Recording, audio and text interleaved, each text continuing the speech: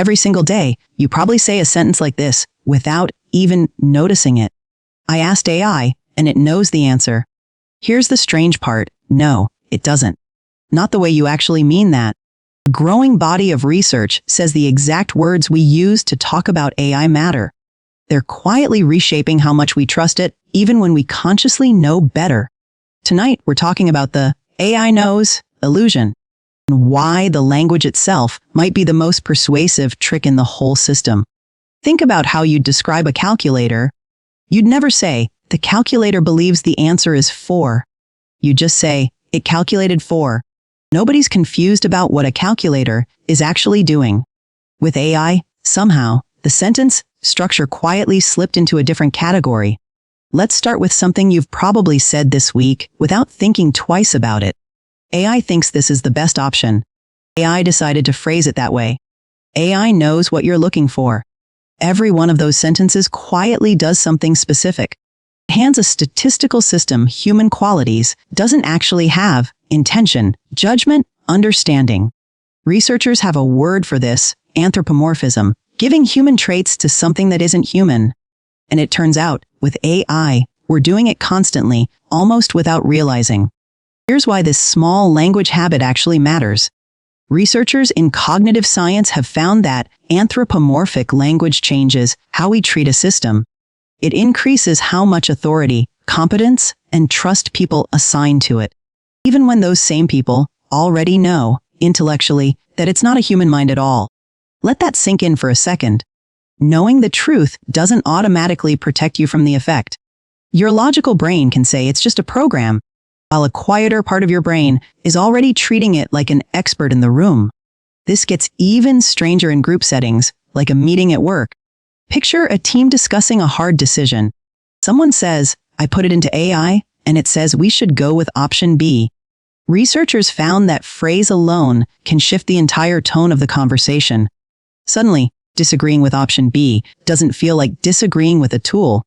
It feels like disagreeing with something that sounds a lot like objective authority. Real dissent, the kind good decisions actually depend on, quietly gets harder to voice.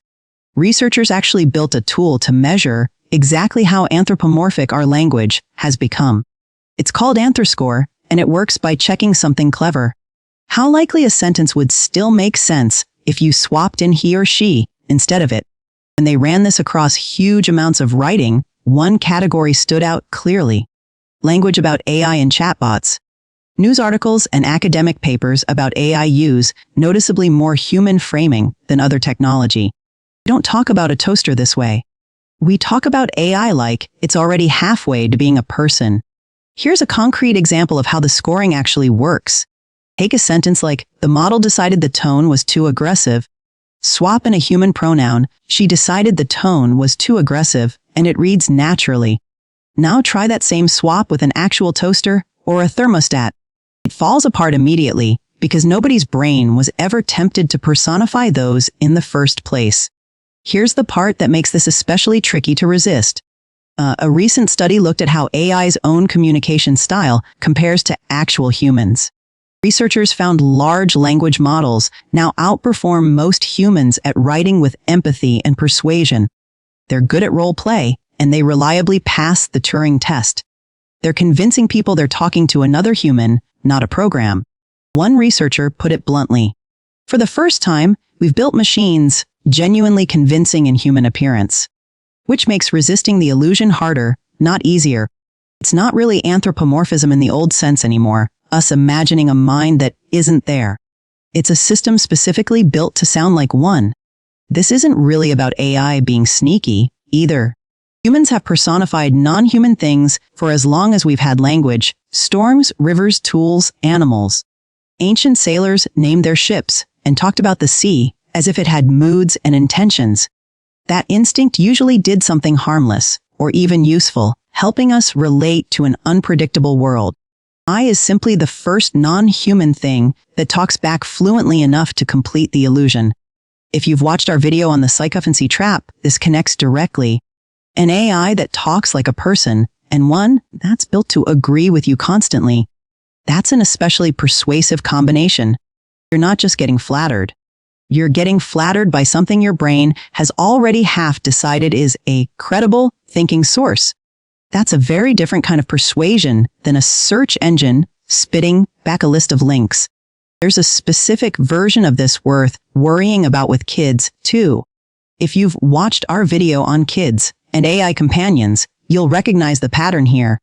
A developing brain, still learning to tell real minds from convincing performances of one, is especially vulnerable.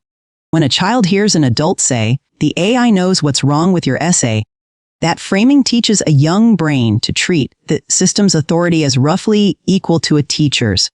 Take a second and think about how you talked about AI this week. Did you say, "I asked it," or did you say, "It told me"? Did you say, "It thinks," or "It generated a response"? Small wording, but it's worth noticing which version you actually reach for. Here's a slightly harder version of that same exercise if you want to really test yourself. Next time you read a headline that says, "AI predicts" or "AI warns," pause for 1 second. Ask what a more accurate, boring version of that headline would actually say. Often, it's something closer to a pattern in the data correlated with this outcome. Notice how much less confident and how much more honest that version sounds. Researchers writing about this specifically for doctors and clinicians raised a pointed warning. In professional settings, medical, academic, or policy discussions, language that assigns agency to AI carries real risk. If a colleague says, "AI says 10, other people in the room may treat disagreement differently. Like disagreeing with an authority, not questioning a tool that can be wrong, and often is. In fields where a wrong call has real consequences, that shift in tone isn't just semantic. Picture a doctor in a hospital hallway, genuinely uncertain about a borderline case. A colleague mentions, "I ran the symptoms through AI, and it says, this is probably fine." In that exact moment, questioning that assessment can start to feel like questioning a second opinion. Instead of what it actually is, a fast, sometimes wrong, statistical guess. So why are our brains so quick to fall for this, even when we know better? Humans evolved to detect minds everywhere, in animals, in shapes in the clouds, in machines that talk back. That instinct served us well for most of human history. It wasn't built for a system that can produce fluent, confident language with any real understanding behind it. Our pattern-detecting brain and this new kind of technology are a mismatch nobody designed on purpose. None of this means the words, "A thinks," are some kind of moral failing every time you say them. Language is genuinely hard to fully de-anthropomorphize. Even researchers writing about this exact problem slip into it constantly. The goal isn't perfect vocabulary policing. It's staying aware of what that language is quietly doing to your own trust, especially when it matters. So what actually helps here, in real, everyday terms? First, notice the phrase itself in any high-stakes moment. Notice if you're about to say "knows" instead of "generated." Second, in group settings, deliberately rephrase an AI output as a suggestion, not a verdict. Do that before the whole group reacts to it as if it were one. Third, ask yourself what a wrong answer from this system would even look like. That question gets much harder to ask about something you've quietly framed as knowing. Fourth, treat AI output the way you'd treat a fast, well-read intern's first draft. Useful fast, but never automatically the final word. Fifth, when you're explaining AI to someone else, especially a kid, model the honest language yourself. Say, "generated," instead of "thinks." Small habit, but it compounds over years of conversations. Here's the honest, slightly uncomfortable truth underneath all of this. The problem was never really that AI is trying to trick you. It's that the words we already had weren't built for something that talks without a mind behind it.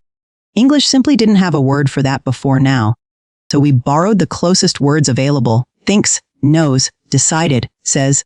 And in borrowing them, we quietly borrowed a little too much trust along with them. None of this requires you to become the annoying person correcting everyone's grammar at dinner. It just means keeping one quiet question available to yourself in the moments that actually matter. Am I trusting this because it earned it, or because it simply sounded like something that could?